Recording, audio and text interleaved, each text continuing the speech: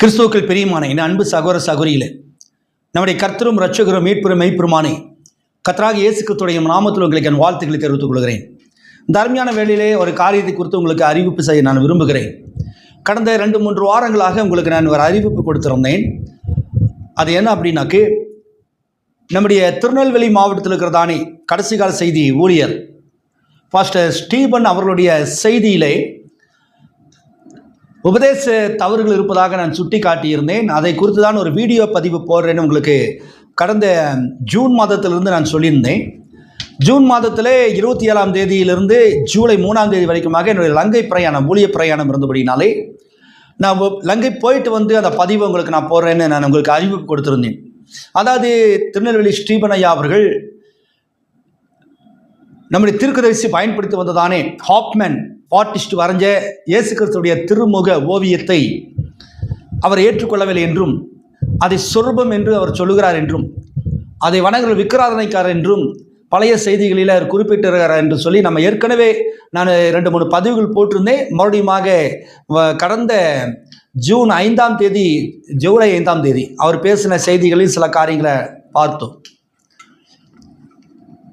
ஆனால் பழைய செய்திகளில் அந்த ஆப்மேன் ஜீசஸுடைய படத்தை குறித்து அவர் நான் அது மாட்டிக்கொள்வதில்லை, நான் வைத்துக் கொள்வதில்லை, உங்கள் சிந்தையிலேருந்து எடுத்து போடுங்க நல்லா சொல்லியிருந்தது எல்லாம் அதை நான் உங்களுக்கு செய்தியாக நான் போடுறேன் அப்படின்னு நான் சொல்லியிருந்தேன்.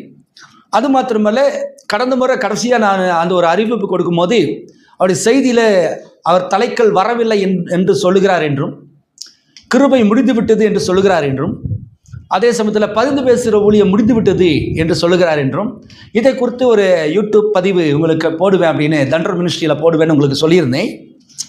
ஸோ அதற்காக நான் ஆயத்தமாயிட்டு வந்த செய்தி குறிப்புகள், அவர் எந்தெந்த வீடியோவில் அதெல்லாம் பேசியிருக்கிறார், அதை குறித்து என்னெல்லாம் நம்ம எப்படி தவறாக இருக்கிறது என்றெல்லாம் நான் குறிப்புகள் எடுத்து வைத்திருக்கிறேன். மாத்திரமல்ல, திருநெல்வேலி ஸ்டீபன் இப்படி சொல்கிறாரு அப்படின்னு நான் சொல்ல மாட்டேன். அவர் ஏற்கனவே போட்ட வீடியோவிலிருந்து அந்த கிளிப்பிங்ஸ் எடுத்து அதை இணைச்சி அதுக்கு நான் விளக்கம் கொடுப்பதாக இருந்தேன். ஒரு 2-3 நாட்களாக என்னுடைய வாட்ஸ்அப்பில் சில மெசேஜை அனுப்பிச்சு சில காரியங்களை நேரத்தில் பேசி வந்தார். சவரனே கொஞ்சம் வெயிட் பண்ணுங்கள், நான் உங்களை நேரில் சந்திச்சுட்டு அதை குறித்து விளக்கங்களை சொல்கிறேன், அதுக்கு பிறகு நீங்கள் உங்கள் பதிவை போடலாம், ஆகவே நீங்கள் போட வேண்டாம் அப்படின்னு சொல்லியிருந்தார். ஆக முதல் பதிவில் அவர் போடும்போது 2-3 நாட்களுக்கு முன்பதாக, அதாவது இந்த பதிவு செய்கிறதுக்கு ஒரு 3-4 நாட்களுக்கு முன்பதாக நான் சொல்கிறேன். கடைசியாக வந்த பதிவை இப்போ நான் முதல்ல உங்களுக்கு படித்து காண்பிக்கிறேன். அவர் அனுப்பிச்சது, ஸ்டீபன் பாஸ்டர் அவர்கள் அனுப்பிச்சது, சரி சகோதரனே, ஒருவேளை நான் வாய் குளறுபடியினாலே பேசியிருக்கலாம் அல்லது வேறு கோணத்தில் பேசியிருக்கலாம், நீங்கள் அதை தவறாக புரிந்து கொண்டிருக்கலாம். ஆகையால் தீர்க்கதரிசி கூறும்போது, ஒருவேளை நான் ஏதாவது தவறாக பிரசங்கித்திருந்தால் நீங்கள் என்னிடத்திலே அன்போடு கூட நேரில் வந்து என் தவறுகளை சுட்டி காட்டுங்கள். அப்பொழுது நாம் ஒருமித்து தேவனுடைய வார்த்தையை குறித்து ஆராய்ந்து வார்த்தை என்ன சொல்லுகிறதோ அதற்கு நாம் கீழ்ப்படிவோம் என்று அவர் நமக்கு அறிவுரை கூறியிருக்கிறார். அந்த அறிவுரையின்படி நடந்து கொள்ளாமல் நாம் வீடியோ போடுவது, முயற்சிப்பது அது செய்தியின்படி தவறாக இருக்கிறது. ஆகையால் நேரில் சந்தித்து பேசின பிற்பாடு வீடியோ போடுங்கள், சீக்கிரமாக நேரில் சந்திக்க நான் வருகிறேன் அப்படின்னு அவர் போட்டிருந்தார். இது கடைசியாக அவர் அனுப்பிச்சது. இதில் என்ன சொல்லியிருக்கிறாருனாக்க, சரி பிரதர், ஒருவேளை நான் வாய் குளறுபடியில் சொல்லியிருக்கலாம், அல்லது நான் சொன்னதை அதை நீங்கள் மிஸ் அண்டர்ஸ்டாண்ட் பண்ணியிருக்கலாம், அதனால் நீங்கள் அதை தவறாக புரிஞ்சு கொண்டிருக்கலாம். நேரில் உங்களை நான் சந்திக்கிறேன், நம்ம தீர்க்கதரிசி கூட நான் ஏதாவது தவறாக பேசியிருந்தால் இடத்துல அன்பாக பேசி அதை சரி பண்ணிக்கிங்க, அதை விட்டு அப்படின்னு சொல்கிறதாக, அதனால் நம்ம அதை சொல்லியிருக்கிறாரு, அது வீடியோவில் பதிவு பண்ணிட்டு இருக்க வேண்டாம், அது நல்லதில்லை அப்படிங்கிற மாதிரி போட்டிருக்கிறார். சரி, இப்போ அவர் நம்ம இடத்துல ஒரு முதிய ஊழியக்காரர், பெரியவர், வயதில் முதிர்ந்தவர், நமக்கு சீனியர். அதனால் நம்ம என்ன செய்கிறோம் அப்படின்னா, ஒருவேளை நான் வாய் குளறுபடியினாலே பேசியிருக்கலாம் அப்படிங்கிற பாயிண்ட்டுக்கு வந்துட்டார். முதல்ல ஒரு 4-5 நாளைக்கு முன்னதாக எனக்கு ஒரு காரியத்தை அவர் அனுப்பியிருந்தார். அது என்னன்னாக்கு, உங்களுக்கு அதை நான் பறித்து காமிக்கிறேன். சகோதரனே, தலைக்கல் வந்துவிட்டது என்று என்னுடைய பழைய பிரசங்கங்களை கேட்டு பாருங்கள். ஒரு பரிபூர்ண மனிதனுடைய வளர்ச்சி வரும் பொழுது தனிநபர் மீது தலைக்கல் அமரும் என்று தீர்க்கதரிசி கூறியிருக்கிறார். ஹாப்மேன் படத்துடன் வெளிப்படுத்தல் 1ஆம் அதிகாரம் 7 சபைக்கால தூதர்கள் 7 சபைக்கால வருடங்கள் எல்லாம் அடங்கிய போட்டோவானது எங்கள் சபையிலே 30 ஆண்டுகளுக்கு மேலாக இருப்பதை நீங்கள் வந்து பார்த்து தெரிந்து கொள்ளுங்கள். யாரோ தவறான தகவல்கள் சொன்னதை வைத்து தவறான வியாக்கியானங்களை கொடுத்து பெயரும் புகழும் அடைய நினைக்க வேண்டாம் என்று கேட்டுக்கொள்கிறேன். தேவ கோபாக்கினிக்கு ஆளாக வேண்டாம் என்று கேட்டுக்கொள்கிறேன். கர்த்தர் உங்களுக்கு கொடுத்த ஊழியத்தை மாத்திரம் செய்யுங்கள். இதை அவர் கொஞ்சம் முதல்ல அனுப்பிச்சிருந்தார். கொஞ்சம் கோபமாக இருந்திருப்பார் நினைக்கிறேன். அந்த நேரத்தில் நான் தலைக்கல் வந்துருச்சுன்னு தான் நான் பழைய பிரசங்கத்திலலாம் பேசியிருக்கிறேன். நான் தலைக்கல் வரலன்னு நீங்கள் எப்படி சொல்லலாம்? பழைய பிரசங்கத்திலாம் கேட்டு பாருங்க, தலைக்கல் வந்துருச்சுன்னு நான் பேசியிருக்கிறேன்னு. ரைட், உண்மைதான். முதல்ல எல்லாம் அவர் பேசுனதில் அப்படி தான் பேசியிருந்தார். கடைசியாக அவர் பேசின செய்திகளில் தான் அந்த தலைக்கல்லை குறித்து அவர் வரலைங்கிற மாதிரி அதை குறிப்பு நான் எடுத்து வச்சிருக்கிறேன். சரி, அடுத்தபடியாக அவர் சொல்கிறாரு, ஆப்மேன் படத்துடன் வெளிப்படுத்தல் 1ஆம் அதிகாரம் அந்த 7 தூதல் போட்ட படத்தையெல்லாம் வச்சு நான் சின்ன சர்ச்சில் மாட்டியிருக்கிறேன். அப்படி அந்த சர்ச்சில் ஒரு அந்த சைடு வாலில் மாட்டினேன். அதையும் கூட எனக்கு அப்படியாக கேமராவில் காமிச்சார், ஒரு வீடியோவில் எனக்கு காமிச்சார். பாருங்கள், சர்ச்சில் நான் மாட்டியிருக்கிறேன் அப்படிங்கிற மாதிரி. சரி, அது இப்போது ஜூலை 5, 6ஆம் தேதிக்கு பிறகு நடந்த சம்பவம். 30 ஆண்டுகளுக்கு மேலாக நான் அதை வச்சுருக்கிறேன்றார். உண்மைதான். நான் போகும்போது ஏற்குறைய எனக்கு 30 வருஷமாக எனக்கு பழக்கம்தான். ஆரம்ப நாட்களில் நானும் பாஸ்டர் ஸ்டீபன் இன்னும் சில சகோதரர்களெல்லாம் வந்து நாங்கள் சென்னைக்கு நாங்கள் போகும்போது பிரணாம் சொசைட்டிக்கு நாங்கள் போயிருந்தோம். அப்போ வந்து சகோதரர் ஜேக்கப் அவர்கள் மேனேஜராக இருந்தார். அப்போ இந்த 7 சபைக்கால தூதர்களோடு அந்த ஆப்மேன் பிக்சர் போட்ட அந்த பிக்சர் வந்து டிஸ்பிளே பண்ணிகிட்டு இருப்பாங்க. அப்போ நாங்கள் கேட்டது வாங்கிட்டு வந்தோம். அதை வாங்கிட்டு வந்து அவர் பிரதர் என்ன செஞ்ச ஃப்ரேம் பண்ணி வச்சுருக்கிறாரு. அது ஏற்கனவே 30 வருஷமாக அது அங்கே மாட்டி தான் இருக்குது. அது இப்போ கூட ஃபேட் ஆயிடுச்சு. அது நான் இப்போ அவர் என்னை செய்திக்கு கூப்பிட்டுருந்த போது கூட அதெல்லாம் நாங்கள் பார்த்தோம். அந்த சர்ச்சில் நான் அவர் உட்காந்துட்டு பேசுகிறது, படுத்துட்டு தூங்கிட்டு அந்த இருக்கும்போது வேர்க்கடலை சாப்பிட்டலாம் இருக்கும்போது அது படங்கள் என்னென்ன படங்கள் மாட்டியிருக்காரு நமக்கு தெரியும். ஆனால் அந்த மாட்டி வச்சுட்டு தான் அவர் ஆப்மேன் பிக்சர் வந்து அவர் வித்தியாசமாக பேசிகிட்டு இருந்ததை வந்து நீங்களும் அவருடைய செய்திகளை கேட்டிருப்பீங்க. சரிங்களா? இப்போ அவர் 5ஆம் தேதி 6ஆம் தேதி உள்ள செய்தியில் என்ன சொன்னார்னாக்க, அந்த ஆப்மேன் பிக்சருக்கு நான் எதிரானவன் இல்லை, ஆனால் அதை வந்து மேகஸ்தம்பத்தோடு பொருத்தி மாற்றுறது தான் நான் தப்புன்னு சொன்னேன் அப்படிங்கிற மாதிரி அதை மாற்றி சொன்னார். ஸோ நான் அந்த அது எங்கே சொன்னார், எப்படி சொன்னார் அப்படிங்கிறக்கெல்லாம் குறிப்பு நான் வச்சுருக்கிறேன். ஆனால் அவர் என்ன சொன்னார்னா, அது முதல்ல என்கிட்ட பேசிடுங்க, நீங்கள் தவறாக நீங்கள் நினச்சிக்காதீங்க, நான் குளறுபடியில் வாய் குளறி சொல்லியிருப்பேன் அப்படின்னு அவர் நம்மகிட்ட வந்ததுனால அதை நான் தற்சமயம் அந்த யூடியூப்பை நான் நிறுத்துகிறேன். அதை தற்சமயம் நிறுத்தி பாஸ் பண்ணி வைக்கிறேன். ஏன்னா அவர் கேட்டுட்டார். அது என்னென்ன பேசினாருங்கிற குறிப்பு பொதுவாக நான் எந்த செய்தி கொடுத்தாலும், தீர்க்கதரிசி செய்தியாக நான் பேசினாலும், பிரசங்கமே பண்ணாலும், பைபிள் வசனம் தீர்க்கதரிசி கோட்ஸை இந்த மாதிரி ஜெராக்ஸ் பிரிண்ட் எடுத்து வச்சுட்டு தான் அது ஆதாரத்தோடு தான் நான் பேசுவேன். தீர்க்கதரிசி சொல்லாது தான் என்னுடைய யூகத்தில் வெளிப்பாடுனால நான் பேச மாட்டேன். நம்ம புரிஞ்சுக்கணும் வெளிப்பாடு அப்படியெல்லாம் சொல்ல மாட்டேன். ப்ராப்பர்ட் ஏதோ ஒரு கோர்ஸ் கொடுத்துருக்கணும், அதை வச்சு தான் நான் பேசுவேன். அநேகர் ஊழியக்காரர்கள் வந்து அது வெளிப்பாடுன்னு சொல்லியெல்லாம் அவர் சொல்லாதையெல்லாம் சொல்கிறாங்க. அதில் எனக்கு உடன்பாடு கிடையாது. அதே மாதிரி ஒரு சகோதரனை குறித்து நம்ம சொல்லும் போது அதோடைய ஆவிக்குரிய காரியங்கள், பர்சனல் மேட்ரு யாரையும் நான் டச் பண்ண மாட்டேன். சொந்த விஷயங்களுடைய வீழ்ச்சிகள், எழுச்சிகள், அவங்களுடைய காரியங்களை, பலகீனங்களை எல்லாம் நான் வந்து யூடியூப்லேயோ மற்ற ஊடகங்களை நான் வந்து என்ன செய்ய மாட்டேன், அதை வெளிப்படுத்த மாட்டேன். அது என்னுடைய பழக்கம். பர்சனல் மேட்ரு நான் போக மாட்டேன். பட் உபதேச ரீதியாக டாக்டரினல் மேட்ரு வந்து முகஸ்துதி இல்லாமல் எனக்கு தப்புன்னு தெரிஞ்சிச்சுனாக்கா அதை நான் பேசுவேன். அது யாருக்காக நான் என்ன செய்ய மாட்டேன், காம்ப்ரமைஸ் பண்ண மாட்டேன். என் மனசில் அதை வச்சுக்க மாட்டேன். உடனே அதை தப்புன்னு சொல்லிடுவேன். அதன் மூலமாக எனக்கு எவ்வளோ எதிர்ப்பு வந்தாலும் நான் என்ன செய்ய மாட்டேன், அதுக்கு நிலை குலைய மாட்டேன். காலை முன் வச்சா வச்சதான், ரிட்டர்ன் இருக்க மாட்டேன். அந்த மாதிரி தான் சகோதரர் ஸ்டீபன் அவருடைய செய்தியை வந்து நான் குறிப்புகள் எடுத்து வச்சுருக்கிறேன். அவர் எங்கெங்கே என்னென்ன பேசியிருக்கிறாரு அப்படிங்கிறது வீடியோ கிளிப்ஸ் எடுத்து வச்சுருக்கிறேன். ஸோ இந்த வாரத்தில் இந்த சனிக்கிழமைக்குள்ளே அதை போடலாங்கிற நேரத்தில் இருக்கும்போது தான் இவர் 2-3 நாட்களுக்கு முன்னதாகவே இந்த லெட்டர் எனக்கு போட்டிருந்தார். இதில் வந்து அவர் சொல்கிற ஒரு காரியம், அதாவது அவர் என்ன சொல்கிறாருன்னா, தலைக்கல் வந்துருச்சுருந்தாயா நான் பிரசங்கம் பண்ணுறேன் அப்படின்னு சொன்னார். அதே மாதிரி இந்த ஃபோட்டோ கூட நான் மாட்டியிருக்கையா, அதையே அதை பேச பண்ணுறீங்கிற மாதிரி அவர் சொல்லியிருந்தார். ஆனால் பழைய பிரசங்கங்கள் அப்படி இல்லை. ஸோ நான் சொன்னேன், மறுபடியும் விவாதத்துக்கு நம்ம போக வேண்டாம். சரி, அவர் சொல்லிட்டார், நான் வந்து சர்ச்சில் மாட்டியிருக்கிறேன் அப்படின்னாக்கா இந்த ஆப்மேன் பிக்சருக்கு நான் இப்போ எதிர் இல்லை, இப்போ நான் எதிர்ப்பு இல்லைங்கிற மாதிரி அதை காட்டுது. ஆனால் அது என்ன ஒரு காரியம் அவர் சொல்கிறாருன்னா, யாரோ தவறான தகவல்களை கொடுத்து அதன் மூலமாக நீங்கள் பெயரும் புகழும் எடுப்பதற்காக நீங்கள் அதை பயன்படுத்தாதீங்க. நான் வந்து அப்படி சொன்னதாக உங்கள்கிட்ட யாராவது சொல்லியிருப்பாங்க. அதை வச்சு நீங்கள் பேர் ஃபேமஸ் ஆகணும் அல்லது நேம் வாங்கணுங்கிறதுக்காக வேண்டி அதை யூஸ் பண்ணாதீங்க. அப்படி இருந்தாக்கா தேவனுடைய கோபாக்கனிக்கு ஆளாக வேண்டாம் அப்படிங்கிற மாதிரி, அப்படி செஞ்சு தேவ கோபாக்கனிக்கு ஆளாகாதீங்கிற மாதிரி சொன்னார். ஸோ அதில் கொஞ்சம் உடன்பாடு இல்லை. ஏன்னா எனக்கு பேர் இல்லாமல் இருக்கா, அல்லது புகழ் இல்லாமல் இருக்காங்க. எனக்கு தெரியாதவங்க யார் இருக்கிறாங்க கடைசி கால செய்தியில்? ஒரு 10 பாஸ்ட்டுக அல்லது ஒரு 2 பாஸ்ட்டு, ஒரு 5 பாஸ்ட்டுக எங்கே தமிழ்நாடுல எங்கே வந்து கடைசி கால செய்தியில் ஒரு சின்ன கூட்டம் நடக்குதுன்னா இப்போ 10 பேர் பேசுகிறாங்கனாக்க ராஜாங்கிற அங்கே பேர் உச்சரிக்காமல் என்னை பற்றி ஒன்றா நல்லதாக பேசுவாங்க, இல்லை நம்மளை என்ன செய்வாங்க, ஏதோ ஒரு வகையில் வச்சு செய்வாங்க. கண்டிப்பாக என்னை குறித்து மோசமாக சொல்கிறதுக்கு ஒரு கூட்டம் இருக்குது, நல்லது சொல்கிறதுக்கு ஒரு கூட்டம் இருக்குது. ஆனால் ராஜாங்கிற பேரை கடந்து அந்த அளவுக்கு கடைசி கால செய்தியில் எனக்கு தெரியாதவங்க மேக்சிமம் யாரும் இருக்க முடியாது. ஆகவே எனக்கு பேரும் புகழமெல்லாம் வந்து எனக்கு பிரயோஜனம் இல்லை. அதை இருந்து என்ன பிரயோஜனம்? ஆகவே எனக்கு போதுமான அளவு நான் அதை பேரும் புகழும் சம்பாரிச்சிட்டேன். இதுக்கு மேலே எனக்கு வேண்டாம். ஸ்டீபன் ஐயாவை குறை சொல்லி அதன் மூலமாக எனக்கு பேரும் புகழும் எனக்கு தேவையில்லை. ஸோ சகோதரர் அதை போட்டிருக்க வேண்டாம். மாத்திரமில்ல, யாரோ ஒருத்தர் சொல்கிறத வச்சு தவறாக சொல்லிட்டாங்கிறத வச்சு நான் ஸ்டீபனை ஐயாவை வந்து குறை சொல்ல மாட்டேன். அவரை மட்டும் நான் யாரையுமே, ஏன்னா செவிவெளி செய்தியை வந்து நான் நம்புறது இல்லை. செவிவெளி செய்தியை வச்சுருப்பேன், அது உண்மையாக பொய்யான்னு கன்ஃபார்ம் பண்ணிட்டு தான். ஏன்னா அதில் நானே அடிபட்டிருக்கேன். என்னை குறித்து எத்தனையோ ரூமர்ஸ் கிளம்பும்.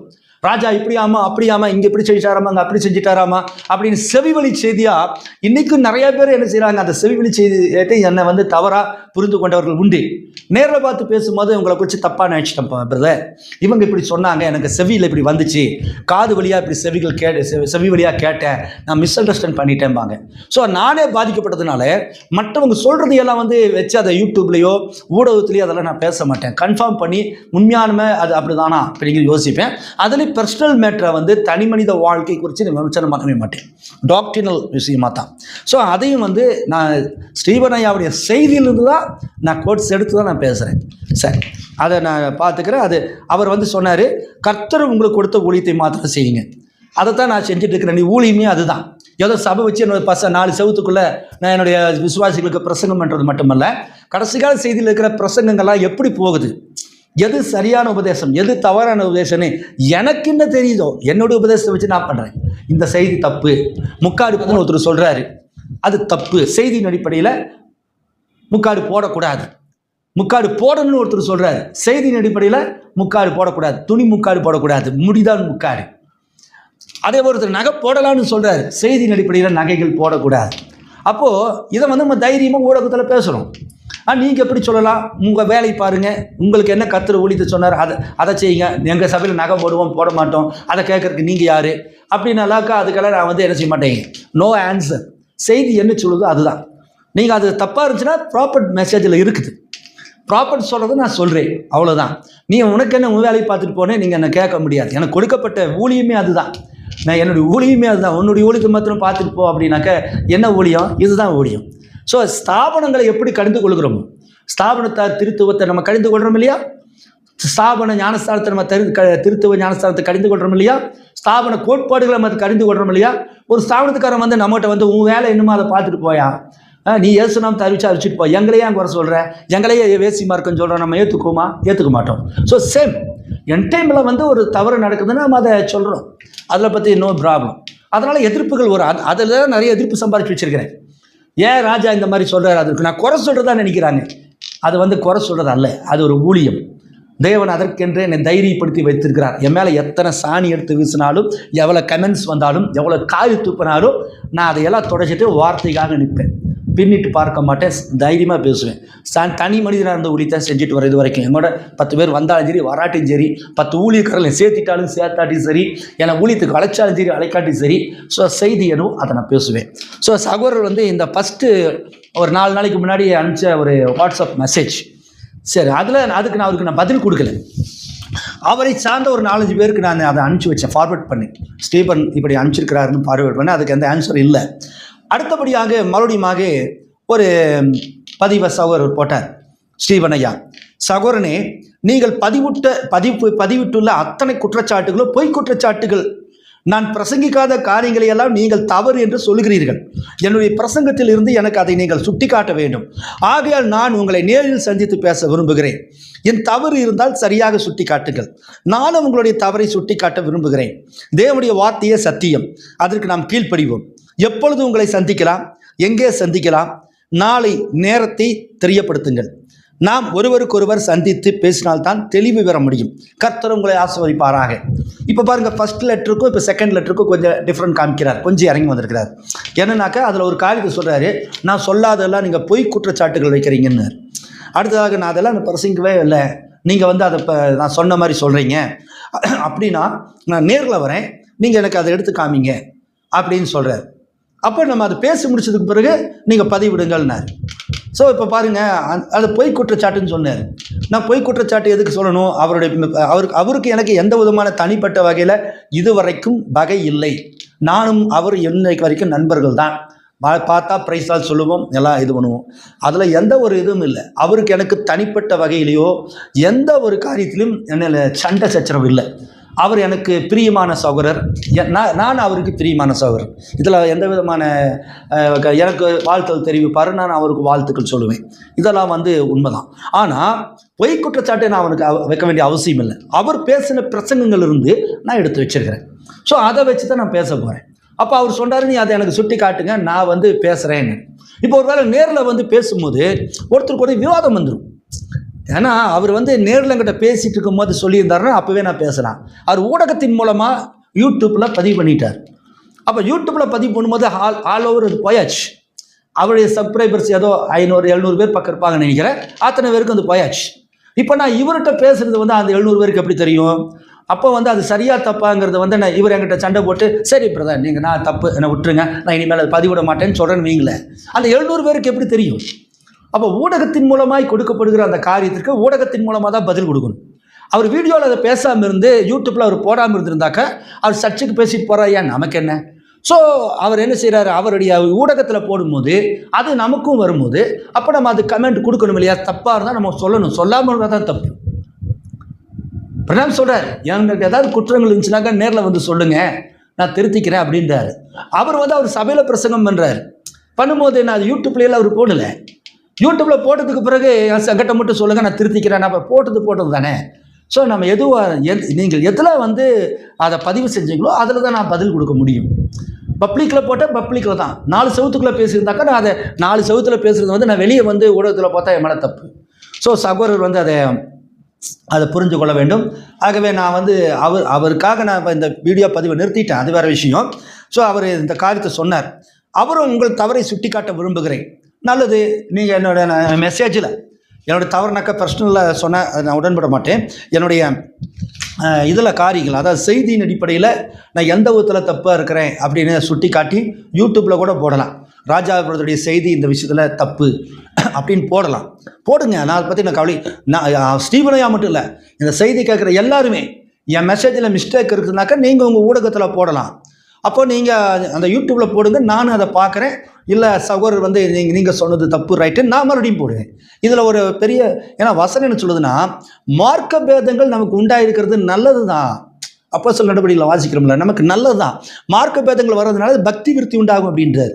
அப்போ ஒருவருக்கு விவாதம்னாக்கா ஒரு நன்மையான விவாதம் சொல்கிறேன். தர்க்கம், முரட்டாட்டம், கோப சண்டை அப்படி இல்லாமல் வார்த்தை குறித்து அலசல் ஆராய்கின்ற பொழுது, வேத வசனத்தை ஆராய்கின்ற பொழுது நம்ம நற்குணசாலிகளாக இருப்போம். அதுதான். அப்போ ஒரு காரியத்தை ராஜா அப்படி தப்பாக சொல்லிட்டாருன்னு நீங்கள் ஒரு பாயிண்ட் வைக்கிறீங்க, இல்லை பிரதர் இதுதான் அப்படிங்கும்போது ஜனங்களுக்கு அது பிரயோஜனமாக இருக்கும். அதனால தான் நான் என்ன செய்கிறேன், சுட்டி காட்டுங்க, தப்பு இல்லை. தேவனுடைய வார்த்தையே சத்தியம், அதற்கு நாம் கீழ்ப்படிவோம். எப்பொழுது உங்களை சந்திக்கலாம், எங்கே சந்திக்கலாம், நாளை நேரத்தை தெரியப்படுத்துங்கள். நாம் ஒருவருக்கொருவர் சந்தித்து பேசினால் நான் தெளிவு பெற முடியும் அப்படின்னு கர்த்தர் உங்களை ஆஸ்வதிப்பாராகன்னு போட்டுக்கிறார். நீங்களே ஒரு டே ஃபிக்ஸ் பண்ணுங்கள், டைம் ஃபிக்ஸ் பண்ணுங்கள், நேரில் சந்திப்போம் அப்படின்னு போட்டிருந்தாரு. சார் அதற்கு நான் பதில் கொடுத்தேன். எப்படி கொடுத்துருக்கிறேன்னாக்க, நாளை காலையில் உங்கள்கிட்ட பேசுகிறேன் பிரதர், அதை குறித்து உங்களுக்கு டைம் சொல்கிறதுக்கு நாளைக்கு உங்களுக்கு பேசுகிறேன்ட்டு நான் வீடியோ போட்டாலும் நீங்கள் பேசிய வீடியோவிலிருந்து கட் பண்ணி தான் பதிவிட உள்ளேன். இருப்பினும் உங்கள் விருப்பப்படி கேட்டுக்கொண்டபடி சந்திப்போம். நாளை உங்களிடம் செல்ஃபோனில் பேசிவிட்டு முடிவு செய்ய உள்ளேன் பிரதர் அப்படின்னு நான் பதில் கொடுத்தேன். எப்படின்னா, பிரதர் நீங்கள் சொல்லிட்டீங்க, சரி உங்கள் விருப்பப்படி என்ன செய்கிறேன், நான் உங்களை பொறுத்து உங்களோட உபதேசத்தை குறித்து விமர்சனம் பண்ணுறதை நிறுத்திடுறேன். நாளை காலையில் உங்கள்கிட்ட நான் பேசுகிறேன் அப்படின்னு அவருக்கு பதில் கொடுத்தேன். ஆனால் அன்றைக்கி நைட்டே நான் என்ன மீண்டுமாக நான் என்ன சொன்னேன்னாக்கா, அவருக்கு மறுபடியும் அடுத்த நாள் காலையில் நான் அவர்கிட்ட நான் பேசணும் இல்லையா, அடுத்த நாள் அவருக்கு போடுறேன். பிரதர், நான் உங்களுடைய உபதேச தவறுகளை சுட்டி காட்டி வீடியோ போடுவதாக அறிவிப்பு கொடுத்திருந்தேன். நேற்று நீங்கள் சகோதரனே, நீங்கள் பொய்யான காரியங்களை சொல்லுகிறீர்கள். அதற்கு முன்னால் உங்களை சந்தித்து பேச வேண்டும் என்று கேட்டிருந்தீர்கள். இப்போது நான் போடுகிற வீடியோ நீங்கள் பேசின பிரசங்கங்களில் இருந்து குறிப்புகளை வீடியோ கட்டிங் ஆதரமாக போட்டு தான் செய்து கொடுக்க உள்ளேன். அதை கேட்டுவிட்டு தவறுகள் இருக்குமானால் என்னிடம் நாம் நேரில் சந்தித்து பேசலாம். நன்றி சகோதரரே அப்படின்னு போட்டிருந்தேன். என்னன்னாக்க நீங்கள் நேற்று நான் உங்கள்கிட்ட இன்றைக்கி பேசுகிறேன்னு சொன்னேன், பேச முடியல. ஆனால் நான் வீடியோ போடுறேன். என்ன போடுறேன், நீங்கள் பொய் குற்றச்சாட்டுன்னு சொன்னீங்க. ஸோ உங்கள் வீடியோ கிளிப்பிங்ஸ்லேருந்து எடுத்து ஸ்டீபன் ஐயா இவர்கள் பேசியிருக்கிறாங்க, இது தப்பு ரைட்டுன்னு நான் பேசுகிறேன். அதுக்கு பிறகு என்னை நேரில் சந்திங்கன்னு போட்டிருந்தேன் கடைசியாக. இது நான் போட்ட பதில். அதுக்கு அவர் என்ன சொல்லியிருந்தாருன்னா, மறுபடியுமாக சரி சகோதரனே, ஒருவேளை நான் வாய் குளறுபடியினாலே பேசியிருக்கலாம் அல்லது வேறு கோணத்தில் பேசியிருக்கலாம், நீங்கள் அதை தவறாக புரிந்து கொண்டிருக்கலாம் அப்படின்னு சொல்லிட்டு என்ன சொல்கிறாரு, நம்ம நேரில் சந்திச்சது ஆகையால் நேரில் சந்தித்து பேசின பிற்பாடு வீடியோ போடுங்கள், சீக்கிரமாக நேரில் சந்திக்க நான் வருகிறேன் அப்படின்ட்டு அடுத்த பேஜில் சொல்லியிருக்காரு. நான் பரிந்து பேசுகிற ஊழியத்தை கிருபை இன்றைக்கி இருக்குது அப்படின்னு நான் விசுவாசிக்கிறேன், இன்றைக்கி கிருபையெல்லாம் ரசிக்கப்படுவாங்க அப்படின்னு நான் விசுவாசிக்கிறேன். அதே மாதிரி இந்த என்னுடைய சர்ச்சில் ஆப்மேன் படத்தை நான் மாட்டியிருக்கிறேன் அப்படின்னு நல்லா சொல்கிறார். ஸோ நான் பிரயாசப்பட்டது நம்முடைய போராட்டம் அல்லது இந்த அவரை செய்தி குற்றப்படுத்துறது என்ன, பரிந்து பேசுகிற ஊழியம் இன்றைக்கும் என்ன செய்ய லைவில் இருக்குது. திருக்குதரிசியா செய்தியில் சொல்கிறார். எந்த செய்தினாக்கு ப்ரூவிங் இஸ் வேட், அவருடைய வார்த்தை நிரூபித்தல் அப்படிங்கிற செய்தியில் 1965 4வது மாதம் 26ஆம் பேசின செய்தியில் இன்றைக்கும் அவர் நம்ம பரிந்து பேசி கொண்டிருக்கிறாருன்னு சொல்கிறார். பரிந்து பேசி கொண்டிருக்கிறார். இன்றைக்கும் பரிந்து பேசுகிற ஊழியம் முடியல, கிருபை முடியல. ஸோ அவர் கிருபை முடியலைங்கிறதுல அவர் ஸ்ட்ராங்காக இருக்கிறேன்னு சொல்கிறார். யார், ஸ்டீபன் ஐயா. சரி, ஓகே, அன்னைக்கு அந்த வீடியோவில் வித்தியாசமாக பேசியிருந்தார். இப்போ என்ன செய்கிறார், கிருபை முடியல நான் விசுவாசிக்கிறேன், ஆப்மேன் படத்தை நான் வச்சுருக்கிறேன் அப்படின்ட்டு அவர் இப்போ இறங்கி வந்ததுனால அவர் நேரில் சந்திச்சதுக்கு பிறகு நீங்கள் பேசுங்க அப்படின்னு அவர் கேட்டுக்கொண்டபடினாலே அவருடைய உபதேசத்தை குறித்தான தவறுகளை சுட்டி காட்டக்கூடிய அந்த வீடியோ போடுவேன்னு சொன்ன அந்த காரியத்தை தற்சமயம் என்ன செய்கிறேன், நிறுத்தி வச்சுருக்கிறேன். மேற்கொண்டு போட மாட்டேன். ஏன்னா அவர் நமது வயது ஒரு மூத்த ஊழியக்கார். ஆகவே அவரை அசிங்கப்படுத்துவதற்கோ காயப்படுத்துவதற்கு என்னுடைய நோக்கம் அல்ல. அவர் இப்படி சொன்னதுக்கு பிறகு நான் போடுறேன்னா அவரை பழி வாங்குற மாதிரி ஆகும். ஏன்னா அவர் தான் சொல்லிட்டார். சரி, இதுக்கு முன்னாடி அவர் எப்படி வேணாலும் பேசியிருக்கலாம். அவரே சொல்கிறார், குளறுபடியில் கூட நான் பேசியிருக்கலாம், அல்லது நான் சொல்கிறத நீங்கள் புரிஞ்சிக்காமல் கூட பேசியிருக்கலாம், அல்லது நான் விளக்க தெரியாமல் அதை விளக்கி அதை உங்களுக்கு மிஸ் அண்டர்ஸ்டாண்டிங் ஆகிருக்கலாம். ஆனால் நான் என்ன செய்கிறேன், இப்போது கிருபையை நான் விசுவாசிக்கிறேன், அதே மாதிரி ஆப்மேன் படத்தை நான் வச்சுருக்கிறேன் அப்படிங்கிறதுனால இப்போ இதுக்கு மேலே நான் எதுக்கு வீடியோ போடணும், அவர் கரெக்டாக வந்துட்டாருங்கனால நான் அதை பற்றி நான் பேச விரும்பலை. ஆகவே அவரும் இப்போ நம்மகிட்ட நேரில் பேசணுங்கிற கூட அவசியம் நமக்கு இல்லை. அவே நேரில் எப்போ வேணால் வழக்கம் போல் பேசலாம், அது வேறு. இதை குறித்து பேசி இனி மறுபடியுமாக குத்தி கிளறி புண்ணாக்கிட்டு அதை பெருசு பண்ண வேண்டாம், இல்லைங்களா? இல்லை, ஒருவேளை இல்லை நான் அப்படி பேசவே இல்லை, இப்படி பேசவே இல்லை, ராஜா போய் சொல்கிறாரு அப்படி இப்படின்னாக்கா நான் ஆதாரத்தோடு நான் பேசுறதுக்கு தயார். ஸோ நான் அவர் கேட்டுக்கொண்டதுக்கு இணங்க அவருக்கு மரியாதை கொடுத்து மதிப்பு கொடுத்து அவர் தேவனுடைய ஊழியக்காரங்கிற விதத்தில் இதை நான் என்ன செய்கிறேன், தற்சமயம் அதை நிறுத்தி வச்சுருக்கிறேன். இதுக்கு மேற்கொண்டு நான் அதை போட மாட்டேன். ஆகவே இது அநேகர் ஃபோன் பண்ணி, பிரதர் அந்த வீடியோ எப்போ போடுறீங்க, ஸ்டீபன் ஐயாவுடைய அந்த கருத்துக்கு நீங்கள் மாற்று கருத்து சொல்கிறேன், நீங்களே எப்போ போடுறீங்கன்னு கேட்டுகிட்டே இருந்தாங்க. அவங்களுக்காக தான் இந்த வீடியோ போடுறேன். அவர் இந்த காரியத்தை எனக்கு வாட்ஸ்அப்பில் போட்டதுனால இதை சொல்லி அவருக்கு வேண்டுகோளுக்கு இணங்க இதை நான் ஸ்டாப் பண்ணுறேன். ஏற்கனவே ஆப்மேன் படத்தை பற்றி ஏற்கனவே சில சர்ச்சைகள் வந்தபோது நிறையா நான் ஆப்மேன் படத்தை பற்றி நான் அது சரிதானுங்கிறதுக்கு தீர்வு கோட்ஸுகளை வச்சு பேசியிருக்கிறேன். 2019ஆம் ஆண்டு டிசம்பர் மாதம் 6ஆம் தேதி ஹாப்மேன் வரைபடத்தை குறித்து பேசியிருக்கிறேன். யூடியூப்பில் இருக்குது. 2019 டிசம்பர் 6ஆம் தேதி. அதே மாதிரி 2021 அக்டோபர் 9ஆம் தேதி கடைசி கால செய்தி விசுவாசிகளுடைய வீடுகளிலே இந்த ஹாப்மேன் பிக்சர் படத்தை மாட்டலாமா அப்படிங்கிற ஒரு தலைப்பிட்டு பேசியிருக்கிறேன். 2021 அக்டோபர் 9ஆம் தேதி. 2025 மார்ச் 11ஆம் தேதி வரைபடமா புகைப்படமா, எது பலமுள்ள தூதன், எது கிறிஸ்து, வரைபடம் முக்கியமா புகைப்படம் முக்கியமா அப்படிங்கிறது அந்த தலைப்பின் கீழாக ஒரு செய்தி 2025 மார்ச் 11ஆம் தேதி ஒரு அறிவிப்பு கொடுத்துருந்தேன் அது பேசுறதுக்கு. அதே 2025 அதே மார்ச் 16ஆம் தேதி பலமுள்ள தூதன் பலமுள்ள தூடையுடைய அந்த காரியம் புகைப்படமாக வரைபடமான்ட்டு தலைப்பிட்டு ஒரு செய்தி போட்டிருக்கிறேன். ஸோ ஏறக்குறைய 4 வீடியோ ஆப்மேன் பிக்சரை பற்றி தெளிவாக தீர்க்கதரிசி கோட்ஸ் கொடுத்து நான் உங்களுக்கு ப்ரூவ் பண்ணியிருக்கிறேன். அதுக்கெல்லாம் இது வரைக்கும் யாரும் எனக்கு எதிர்ப்பு தெரிவிக்கலை. ஸோ நீங்களும் அதை கேட்டு பாருங்கள், அது ஒரு ஆசீர்வாதமாக இருக்கும். ஸோ அருமையான நம்ம பாஸ்டர் ஸ்டீபன் ஐயா கேட்டுக்கொள்வதற்கு இணங்க இனி அந்த காரியங்களை குறித்து நான் என்ன செய்ய மாட்டேன், அவரை குறித்து வீடியோ போட மாட்டேன். ஏன்னா அவர் கேட்டுக்கொண்டார், அவருக்கு மதிப்பு மரியாதையும் செலுத்தி ஸோ தொடர்ந்து நம்ம பயணிப்போம். நம்முடைய அன்பு என்றைக்கு மாறாது, சகோஷ்ணகம் என்றைக்கு மாறாது. ஸோ நம்ம ஒருவருக்கொருவர் பழி வாங்குவதற்காக குற்றஞ்சாட்டி நான் பெருசு நீ பெருசுன்னு காட்டிக்கிறதுக்காக காரியமெல்லாம் அல்ல. ஸோ அவர் நம்மகிட்ட வரும்போது நான் நேரில் சந்தித்து பேச விரும்புகிறேன் அப்படிங்கும்போது ஸோ அதற்காக என்ன செய்கிறேன், நிறுத்தியாச்சு. ஸோ இந்த காரியங்களை குறித்து நேரில் கூட சந்திக்க வேண்டிய அவசியம் இல்லை. ஏன்னா அவர் எனக்கு வாட்ஸ்அப்பில் டெக்ஸ்ட்டாகவே எனக்கு கொடுத்துட்டார். ஸோ போதுமானதாக இருக்குது. கர்த்தர் உங்களை ஆசீர்வதிப்பாராக. அடியானுடைய ஊழியத்துக்காக ஜெபித்துக் கொள்ளுங்க. பாஸ்டர் ஸ்டீபன் ஐயா ஊழியத்துக்காக ஜெபித்துக் கொள்ளுங்க. கர்த்தர் உங்களை ஆசீர்வதிப்பாராக. ஆமென். Praise the Lord. Hallelujah, hallelujah, hallelujah.